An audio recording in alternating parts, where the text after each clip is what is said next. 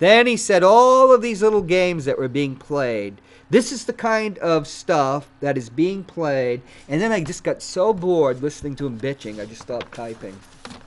But he went on to describe, and this is his opinion and charges he made, that Victoria Sullivan has committed some type of campaign fraud by failing to fully list her expenditures.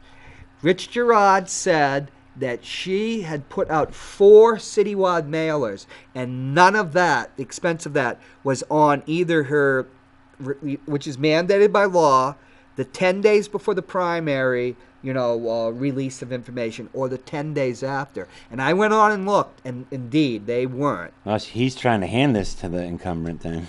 But he's mad that if he gets her on a DQ. Yeah, he's accused her of campaign fraud. But does he That'll DQ file any charges?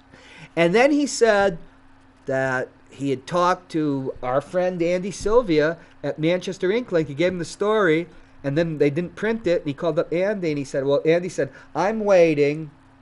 Victoria hasn't commented yet. And he says in his show, well, that you put in, she failed to comment. But you see, the ManchesterInkLink didn't choose to cover this story. Neither did the union leader. But, of course, they supported Stinky Girard. I don't think that the Inklink ran the story because they didn't have the quote. I don't think they ran it. They didn't run it because Stinky Girard is a sore loser, that he is yesterday's news. It's like, it's to use what Nicholas von Hoffman said about, he was a columnist for the Washington Post. In August of 1974, as Nixon was about going down, he said Nixon was like a dead rat stretched out on the floor of the Oval Office, and he's time to be swept out. So Stinky Girard has turned into a dead rat. Yeah. And nobody gives a damn about him. Sizzle He's in a a loser. dead rat. Yeah. He's a poor loser. So they don't want to give him any credence. Yeah, and they didn't run the story because no one wants to hear the story. Well, I think they should have run the story myself, but I can understand why they didn't. But also, they get accused of picking sides a lot, so maybe they didn't want to run a story about how Victoria Sullivan should be DQ'd, and then that would hand it to... Why doesn't he file charges, and then they can go with that? Because he got threatened, I guess. I don't know, right?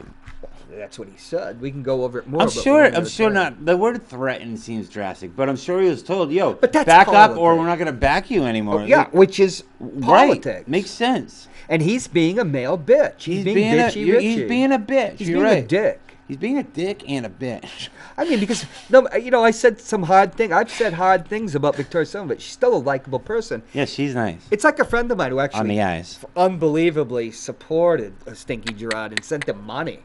Said Girard had called him up, and he tells us, Rich, you're just not likable. He's not. No, he's not. He's not a likable person.